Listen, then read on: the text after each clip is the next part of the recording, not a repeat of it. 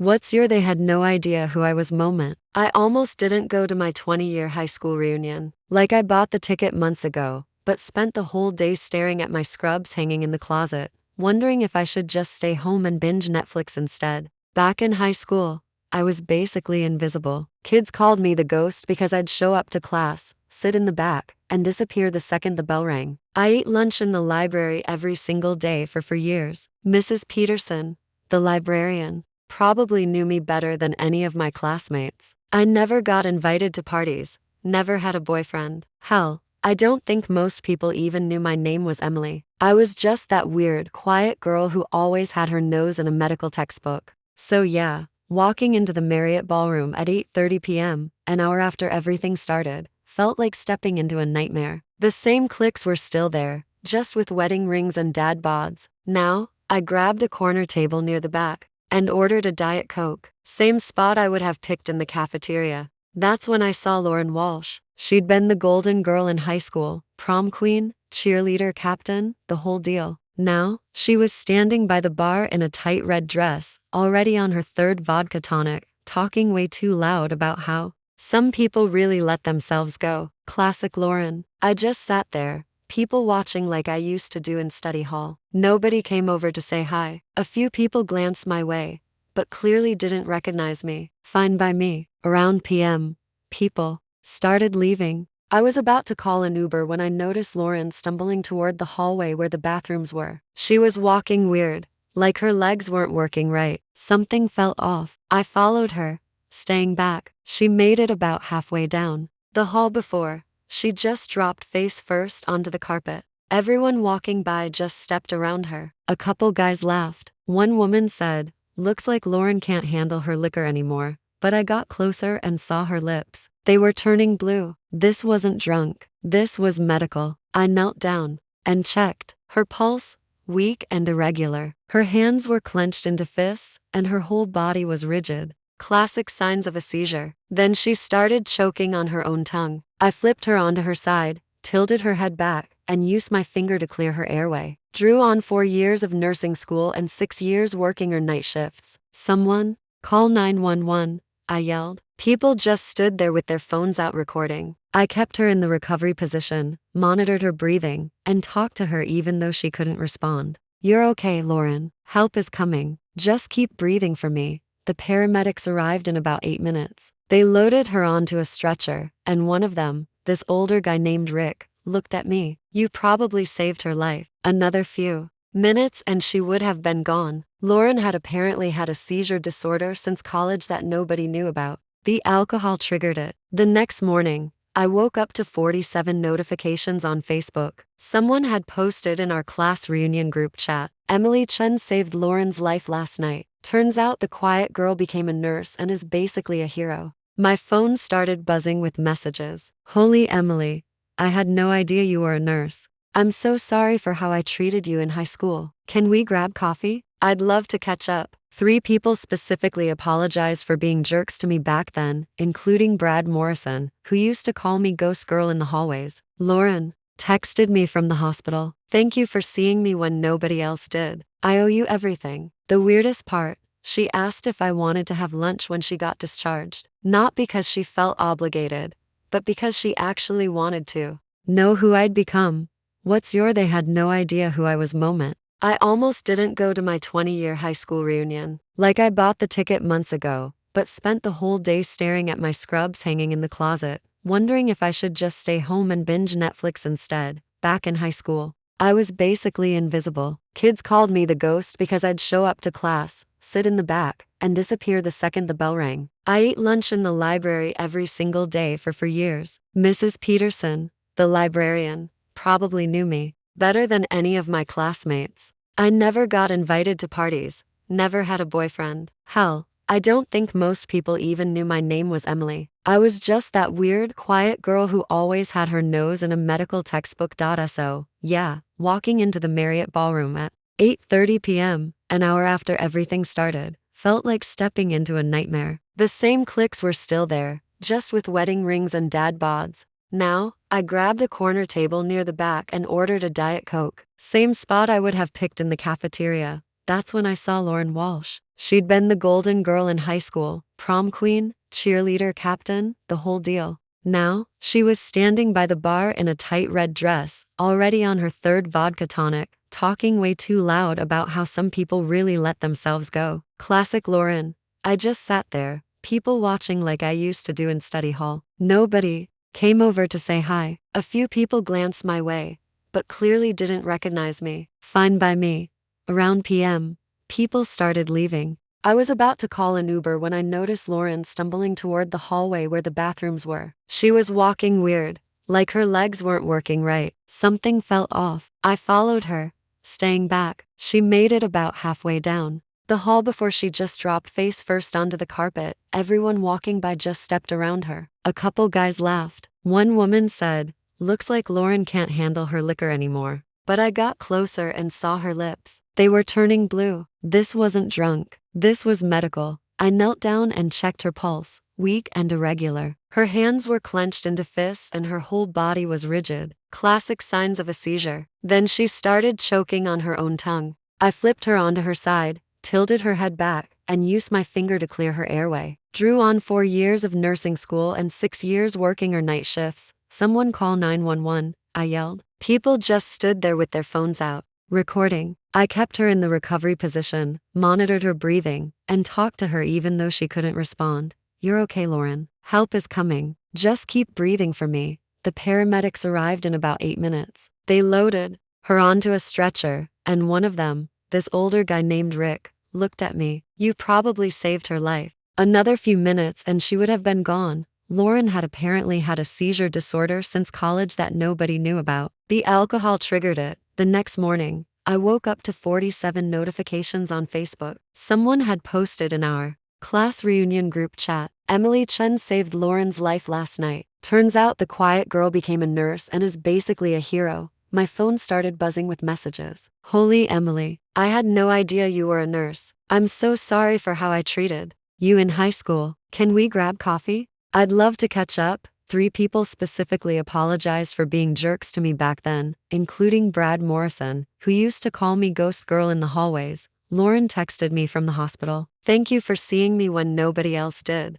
I owe you everything." The weirdest part, she asked if I wanted to have lunch when she got discharged. Not because she felt obligated, but because she actually wanted to know who I'd become. Shrory too, they accidentally emptied my account for my sister's loan and called it a family sacrifice. My dad said, "I mixed up the accounts. It was a simple mistake." My mom whispered, "We thought you would understand." I requested the bank footage. It showed all 3. I said nothing. I just quietly reported it, froze the accounts, and locked access. That evening, my mom called 17 times. My sister texted, "We're family." I smiled in. It started with a group text. "Family dinner Sunday.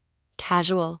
Just us. Just us." As if I wasn't already suspicious of any message that involved food and familial proximity. The last time they said just us, I ended up footing a $600 sushi bill and getting blamed for making my sister's boyfriend feel emasculated because I asked him what he did for work. But sure, casual. I showed up 5 minutes early. Rookie mistake. The house was already buzzing. Cars lined the curb like it was a garage sale hosted by Anthropology. My sister's new Audi sparkled under the street light parked like a trophy on the driveway. She doesn't work. Not in any traditional income-arousing sense of the word. I walked in. No one looked up. "Hey," I said. My mom turned from the kitchen. "You made it," she said, tone neutral. Not warm, not cold, just factual, like announcing cloud cover. I said 7, she added, looking at the microwave clock. It was 6:56. "Do you want to leave your shoes by the back entrance?" My dad asked from the couch, not looking at me. "The back entrance, you know, the one next to the laundry in the old dog bowls." I took a breath. Sure. The living room looked like a catalog for emotionally repressed wealth. Neutral tones. A glass vase of eucalyptus on every flat surface. My brother-in-law was sipping from what looked like a whiskey glass, but had lemon water and probably the tears of whoever they hired to stage this casual get-together. They were already seated when I entered the dining room. 10 people, 3 candles for place cards with names and metallic cursive. My name was not one of them. I stood there waiting for someone to notice. My mom glanced up. "Oh, We didn't know if you'd be joining for dinner. We made extra though. Made extra like I was a maybe. Like I was an afterthought. Like a baked potato no one ordered but figured they'd microwave just in case. I smiled. Should I sit on the floor or? My sister laughed. Oh, come on. We saved you the seat near the kitchen. You'll be right next to the wine fridge. Technically, accurate. Also next to the trash bin. Also closest to the swinging door. They kept bumping with their hips. I sat.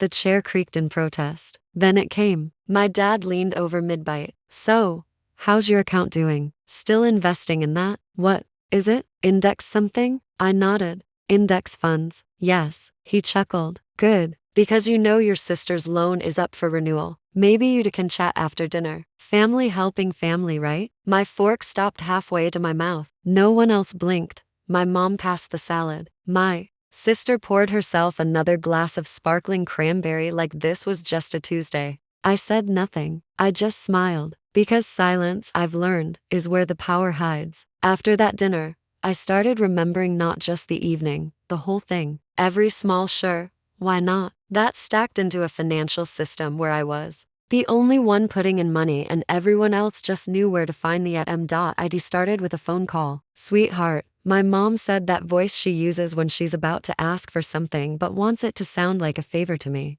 We started a little family safety net. Just something small. Everyone's chipping in. Everyone, which in my family meant me. I sent $2,000, told myself it was a gesture, not a habit. 2 days later, she texted me. We opened a shared account for simplicity. From then on, I was basically the family's invisible payroll system. Monthly, quiet, no reminders needed. I paid my sister's tuition. $6,042 per semester. My name was on the student portal. She never asked how I got there. I covered her rent, $1,400 a month, plus $3,100 move-in cost because she said the apartment gave her bad vibes until she upgraded the lights and bought a mattress that came in a designer box. She once messaged, I didn't have time to set up renter's insurance. Can you just Venmo it? I did. $382. No emoji. No thanks. Then there was the car, a 2008 Toyota Corolla. Mine now apparently. I found out when I got the parking ticket in the mail. She had accidentally put it under my name when renewing registration. Her explanation. I thought it was still your old one. They must have used saved info. Dad needed a new TV to relax his nerves. $799.65 in. He said, at least you'll have something decent to watch when you visit. I paid for their anniversary dinner. $620. They said they'd cover the next one. There hasn't been a next one. They went to Disneyland to reconnect as a unit. I paid. My souvenir was a fridge magnet that said, family is forever. I started seeing odd charges. $780. Mind plus body healing center. I asked mom. She said it was for her personal yoga coach. My spine's been tight. $1,200 life coaching sessions for my dad. He said it was for redefining his legacy. $390 costume rental unicorn suit for my nephew's birthday party. $149 per month subscription wine box. When I asked, she said, I don't drink it. The bottles are pretty. I started to realize I wasn't helping. I was funding. When I brought it up, they acted like I was ruining the vibe. Dad, well, someone has to be the adult in this family. Good thing it's you, Mom. You've always been so generous. We're proud of that, sister. I'd helped too, but my credit card's frozen. There was never a thank you. Just the implication that my success was community property. Then there's the one I never forgot. I was 14, won a science award, got my picture in the local paper, brought it home. Dad looked at it and said, you think you're better than everyone now? I didn't answer. He added, you might be smarter, but you'll never be stronger than me. Remember that. He never congratulated me. Not then, not ever. So, when I saw the $12,000 transaction for a loan payment, I wasn't shocked, just tired. I called him.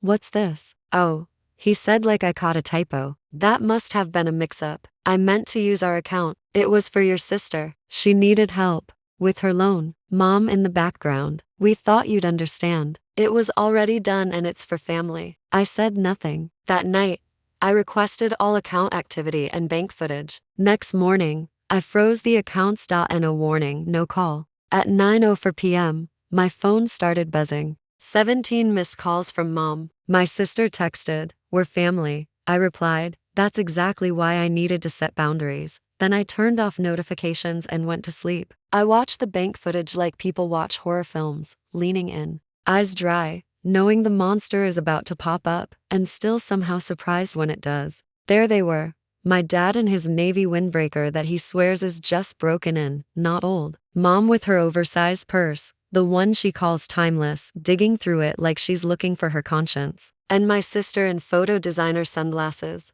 Inside, scrolling through her phone with the intensity of someone booking an Airbnb for a weekend she isn't paying for. They were at the counter. The banker smiled, clearly briefed. Papers were passed around. My sister signed first like she'd done it before. Then Dad leaned over and said something that made all three of them laugh. I rewound. He won't care. He's stable. He's always been reliable. He doesn't mind helping. Mom added, he always helps. That's what makes him the good one. Sister, exactly. He should be proud. We trust him with this trust. Like redirecting $12,000 from my account without my consent was a love language. I paused the video, sat back, let silence do the screaming. That evening, I logged in, transferred every cent from the shared account into a new one, requested a full hold, changed every password, blocked their devices from login.it. Took 11 minutes to erase 3 years of just helping out. At 8:43 p.m., my phone lit up.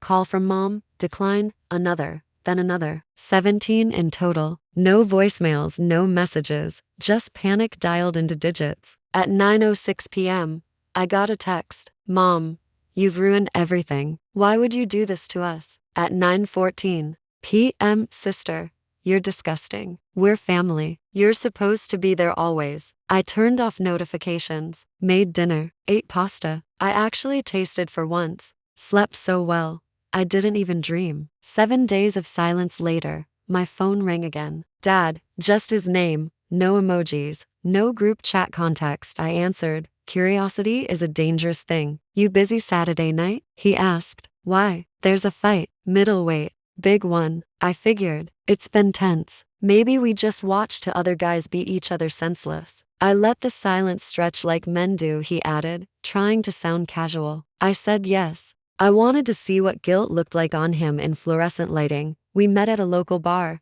the kind that smells like cheap ketchup and failed promises. Sticky floors, no menus, just laminated regrets. He was already halfway through a Bud Light. Didn't stand up when I came in, just nodded at the seat. We watched in silence for 5 minutes. 2 men on screen circling each other, fists up, mouth shut. Then he said, "You know I envy you." I blinked. You got the money, the job, the calm. I spent my whole life reacting to bills. You make plans. I said nothing, just took a sip. I want to live, he added. Not like that, not hand to mouth. Just wants to feel what it's like not worrying. Still nothing. I thought maybe now that you're in a position, maybe it's your turn to take care of the family. I looked at him straight on. You want me to fund your lifestyle? He shook his head like a tired coach trying to explain a loss. Not fun, Carrie. With dignity, with respect. We stared at each other long enough for the screen to shift into commercial. I lifted my beer to honesty. We drank in silence. Him relieved me mourning a man who wasn't dead, just permanently unreachable. We didn't talk after the bar. He probably thought a couple beers and a half-hearted confession would wipe $12,000 off his conscience. But guilt isn't a credit card. You don't get to just swipe and hope for forgiveness. So I opened a new chat. No emojis, no greetings, just a title, clarification. And then I started sending facts. I renamed the group chat clarification. Capital C, no emoji. It sat there like a loaded weapon in my phone. I didn't say anything. No opening line. No hi. Just 3 files. The first was a PDF bank documentation of a second checking account opened in my name. Except it wasn't quite my name. Middle name Nathaniel. I don't have a middle name. Never did. But apparently I do now when it's time to steal. The address matched mine. The signature didn't. The second file was a screenshot. An email from HR at my job confirming receipt of your bonus.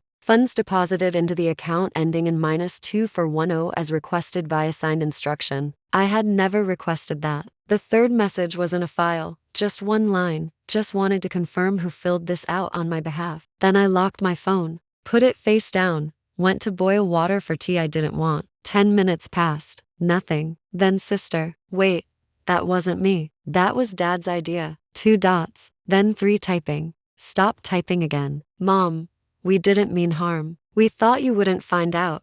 We just needed space, a bit of breathing room. Dad, read all messages, said nothing. I waited, then sent one more file. The police report formal signed attached under. The file name already submitted. PDF, caption, just keeping you informed. Then I muted the chat. No reply, not one. 3 hours later, the doorbell rang. I wasn't expecting food, and I don't have friends who do surprises. It was her.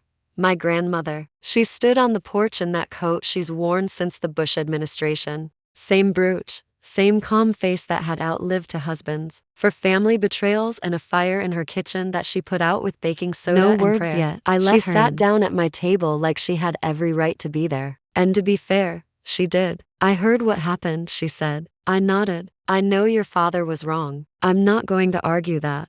But she looked down at her hands. He's still my boy. I didn't respond. Not out of spite, just because I had nothing left to spend, not even syllables. I'll cover the amount. All of it, she said. I'll cash out the bonds. You withdraw the complaint. Still silence. She reached into her purse and pulled out a folded envelope. Thick. I've done it before. Covered for him. You were too little to remember. I stayed quiet. I think I knew where this was going. I used to go hungry so he could eat, she said. Sold my wedding band to pay off his first car loan. Took out credit cards to clear his debt. I spent Christmases hiding from collectors. She paused. Then quietly, and he never said thank you. Not once. A memory hit me like a slap. Me, 5 years old, sitting at her tiny kitchen table. She was making soup barely. Water, salt, to potatoes and dignity. She gave me a full bowl, and she ate crusts of bread soaked in tap water, pretending it was what she wanted. Dad stormed in, furious. Where's the PlayStation, Ma? You said you'd figure it out. He was holding the keys to the brand new bike she bought him on layaway. I'm working on it, she said. You always say that. You're useless. He snapped then, slammed the door. I remember asking her, Grandma, why don't you eat? And she smiled like it was a magic trick. I already did, sweetheart. You just didn't see. Back in my apartment, present day, she was crying. I'm not asking you to forget. Just don't let him fall. Not like this. I walked to the counter, poured her a glass of water, sat down across from her, looked her in the eye. You did everything you could. He didn't care then. He won't care now. She bit her lip, said nothing. I finished. This time, let him find his own way out. I'm not fixing it for him. She looked at me long, then nodded once, deeply, and stood up. No hugs, no dramatic exit, just quiet. She closed the door behind her.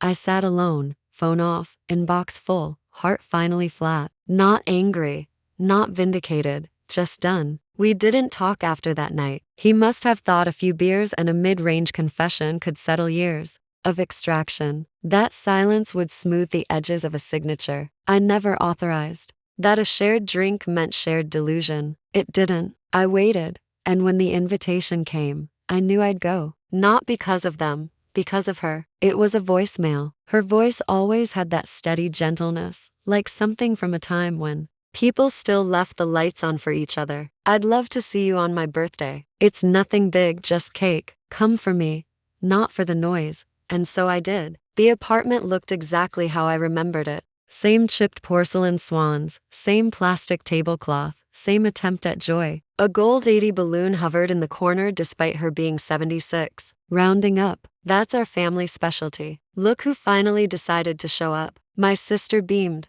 approaching. In sequins and nerve, I nodded, didn't speak. Inside, my mother was already organizing chairs like she was directing grief. Dad stood by the drinks like always, acting as if we just returned from war. And now everything needed to be quietly fine. I took a seat, watched them buzz. They smiled like nothing happened, like silence could reset history. We made it through awkward cake prep, singing, clapping. Somehow they made her birthday feel like an intervention for me. Then, while candles were still burning and everyone was grabbing forks, I stood up. I brought gifts, I said. No wrapping paper, no bows, just a navy blue folder. I opened it. 3 envelopes plain labeled. Mom, Dad, Sister. I handed them out one by one. What is this? My mother asked, cautious. A record, I said, of what's been borrowed with terms for return. They opened the papers. Each had their total, each weekly rate, each breakdown. Mom $300 per week.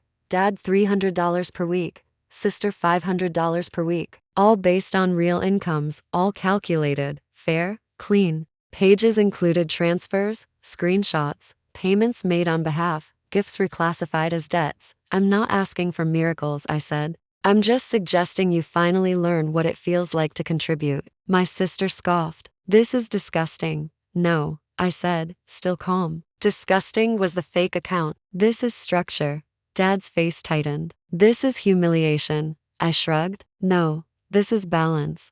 I didn't raise my voice. I didn't accuse. I just placed a mirror on the table and let them look. Silence landed like a dropped glass. They stared at the invoices as if the numbers might rearrange themselves into apologies. My mother flipped her pages twice, hoping for a punchline. My father folded his neatly like bad news deserved origami. My sister read hers aloud under her breath, then looked at me like I just uninvited her from her own fantasy. You seriously want us to pay you? She asked. No, I said. I seriously expected. You're insane, she muttered. I didn't respond. Insanity doesn't print receipts. Then a slow rustle broke through the tension. Grandma. She sat at the end of the table, hands still, face unreadable. She opened her purse, that old leather thing that had survived more betrayals than the family itself, and pulled out $300 and crisp bills. She stood, walked over, placed the money on the table in front of me. I don't know this, she said quietly,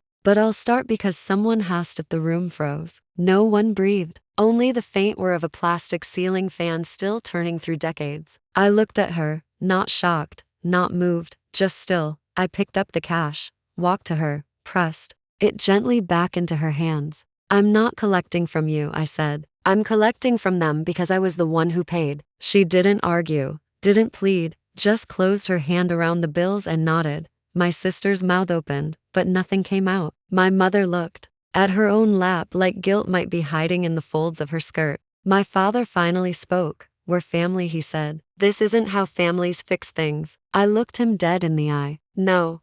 This is how families stay broken. Quiet theft, loud guilt, zero math. Then I turned to Grandma. Thank you, I said, for always being the only adult in this room. I walked toward the door. They didn't stop me. Not because they didn't want to, because they finally understood. There would be no negotiation, no last-minute hug, no whisper of we'll figure this out. Just a folder on a table and a silence heavy with interest. The first payment came on a Tuesday, $300 from my father. No message, just a notification. Deposit received. John C. Oster. Thursday, another $300 from my mother. Friday, $500 from my sister. Right. On schedule like she had a calendar labeled redemption. No apologies. No. Let's talk. Just numbers. Just silence with a bank logo. I didn't respond. Didn't acknowledge it.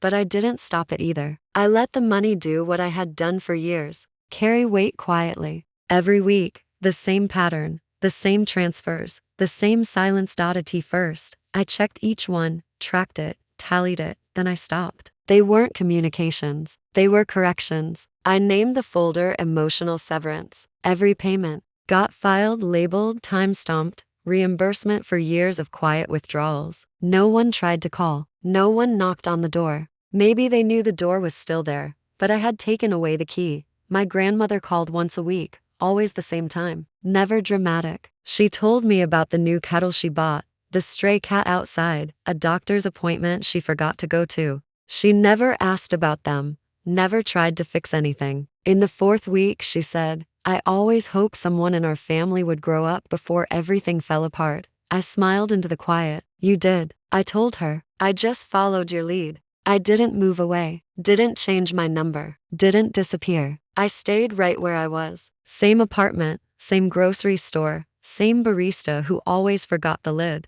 But something had shifted. I bought a car, a new one.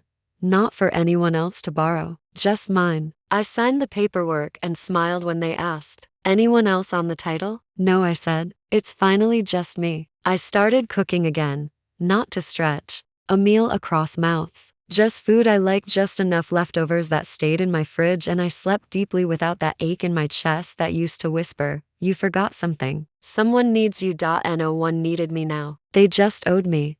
One day I received a letter, a real one, handwritten from my mother. "We still love you," it said, "even if you've become cold." I flipped it over, took a blue Sharpie, wrote on the back, "I didn't become cold. I just stopped overheating." For people who never noticed the burn, I walked it back to the mailbox. No envelope, no stamp, just returned it like a receipt, face up. That night, I sat on my balcony, tea in hand, city below me, humming its usual static. Another deposit hit. $500, sister. Right on time. I didn't open the app. I just smiled. They had finally learned how to give something back. Not love.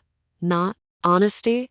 Just repayment. And me, I stayed. I lived. I rested. Because for the first time in my life, I had boundaries. And that made me